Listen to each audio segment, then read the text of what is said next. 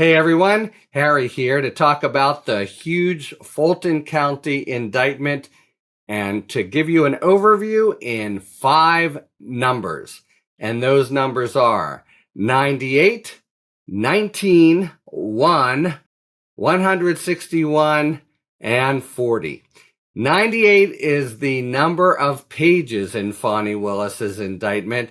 That, as you might surmise, is a honkin' long indictment. That's longer than the longest indictment of any case I've ever done, and I've done some pretty complicated indictments.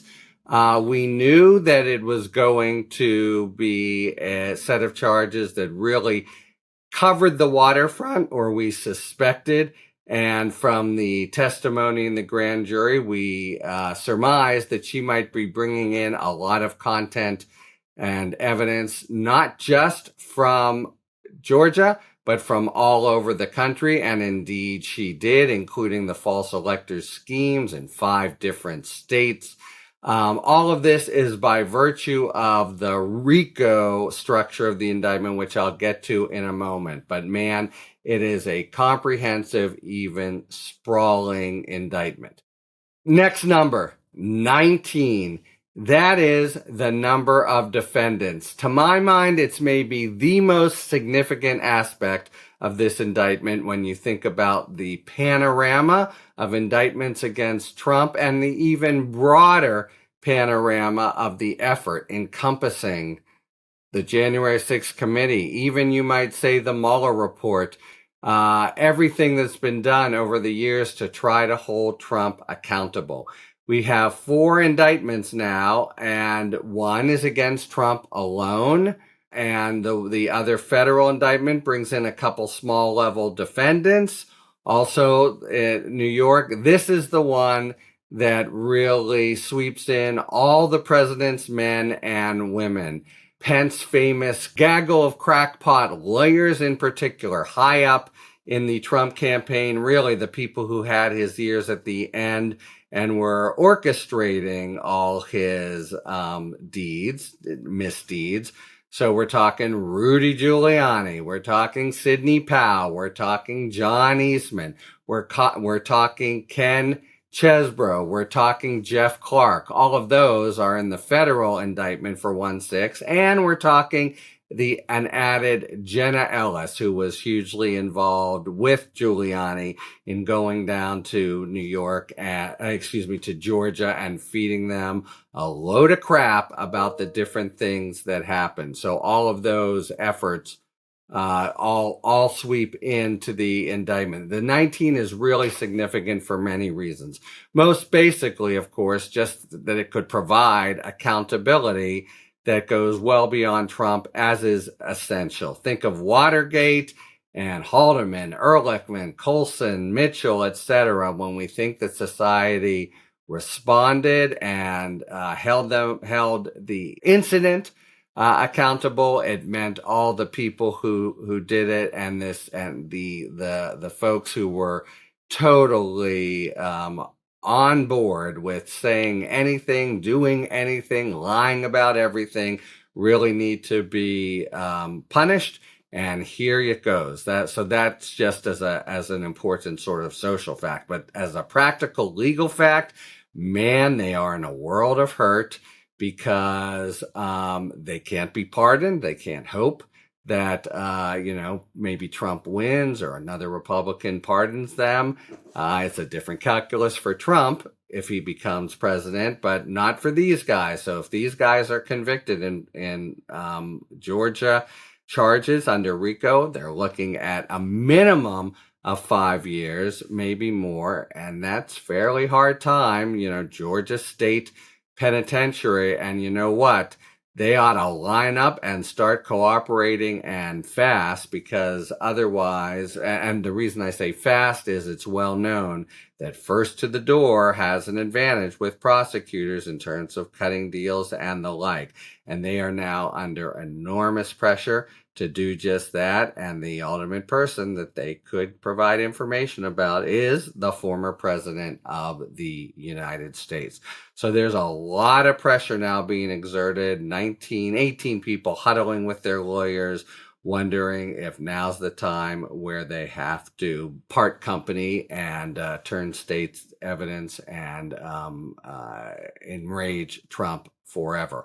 One of them, by the way, Mark Meadows, really interesting and a little bit opaque what's going on, because he wasn't indicted in Jack Smith's indictment, but he figured in it.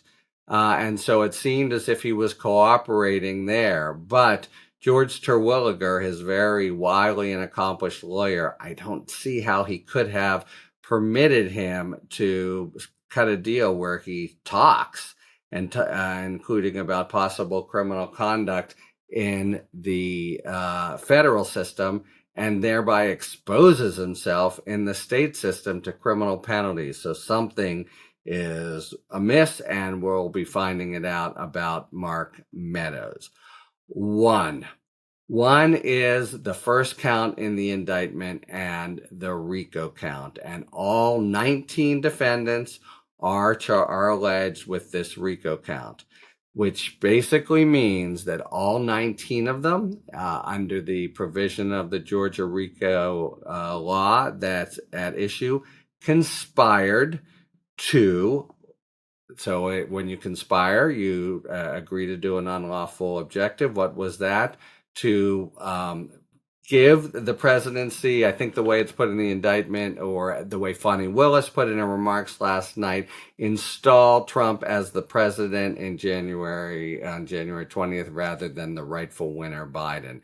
Like the January 6th indictment, this indictment came out of the box, first and foremost, just a flat, he lost the election, and everything goes from there. So this one is the RICO count that everybody is subject to. I believe it's a 5-year mandatory minimum in Georgia law, up to 20 years potentially, but a pretty rough mandatory minimum.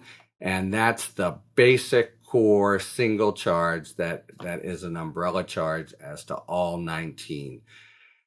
161. Those are the number of overt acts done in perpetuation, furtherance of the conspiracy. A conspiracy is an agreement to do something unlawful and one overt act. Okay, these 161 overt acts are first the guts of the indictment, just basically are chronological, one foot in front of the other, of all the things that were happening and happened between the election and January 6th, and even thereafter with the cover-up. It's just, almost all of them, not all of them, especially the perjury, were already a public record. As I say, it's comprehensive. You also could say it's not so elegant. If you're confronted with this document, it's a little bit head scratching, because it just goes on and on and on, and just reads like, a bunch of bullet points that somebody fastidiously kept as the events were happening. Now, we're posting on the screen a different and much more helpful organization from the New York Times that groups these 161 overt acts into 4 separate schemes and chapters. That's the kind of thing that will be essential for the Fulton County prosecutors to do at trial, to make sense for the jury of what is right now just a kind of, hash of a recapitulation, 1, 2, 3 after the other. And it's different kinds of acts that are connected by chronology. So on Tuesday, Trump says thus and so. On Wednesday or later Tuesday, Giuliani emails another lawyer this and so. On Thursday, somebody in Georgia says the other thing. It's just, a chronological presentation that really, for someone just coming to it fresh, or a jury, wouldn't be an ideal way, to say the least, to put one's arms around it and understand the whole criminality and the schemes of it. And that's going to be their chief challenge at trial, to take these 161 overt acts and prove them. And we're talking about a long trial if they intend to prove all of them. And then finally, 98 pages, 19 defendants, one big count, 161 overt acts, and 40 acts of racketeering activity. So of the 161 overt acts, 40 of them are also crimes. And a distinctive feature of the Georgia RICO statute is it sweeps in a lot of things as predicate offenses, more, say, than its federal counterpart. So false statements and perjury, for example, count. So as one sort of trudges through the 161 overt acts, one comes at 40 different occasions to acts that were also simultaneously crimes in and of themselves. And they say so at each posting of an overt act.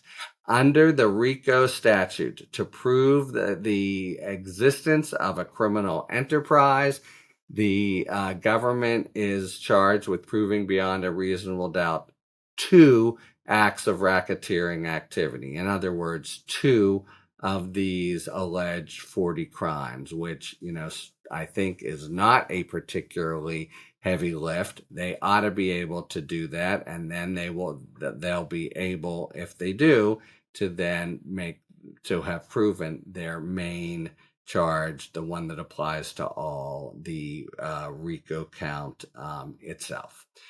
So 98, 19, 1, 161, 40, those 40 acts of racketeering activity are what constitute indictment counts 2 through 41, and they're against the appropriate defendant. So false, count number 3, I'm making this up, but illustratively, count number, overt act number 6 is also a crime. It's an act of racketeering activity as alleged, and it is a substantive count in the indictment.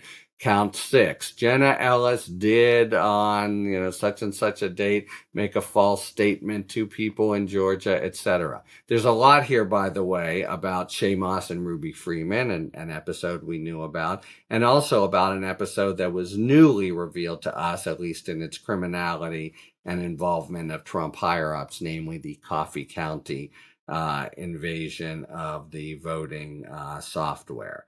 But so there's a charge of 40 different acts of racketeering activity for purposes of the main RICO charge, and the prosecutors need to prove 2, and then the rest of the 41 counts are 40 individual substantive crimes against varying of these 19 people. Trump, of course, is front and center, mentioned hundreds of times in the indictment, and the basic criminal enterprise is defined in terms of him. So it's really like, and RICO, is most analogized to, and it, in fact, was, its raison d'etre, the reason they passed it, was mob offenses where you have a big enterprise that's a criminal enterprise. And here, instead of selling drugs or running numbers, the crime is stealing an election. So that's it in broad strokes, and the strokes in the indictment are broad indeed. Will be when it comes time for trial, and I think that could be a long time from now. It'll be incumbent on the prosecutors to really organize it in a way that is compelling and understandable to the jury. Talk to you later. Thanks for tuning in. If you enjoyed this video and other Talking Feds content, please take a second to like and subscribe. Talk to you later.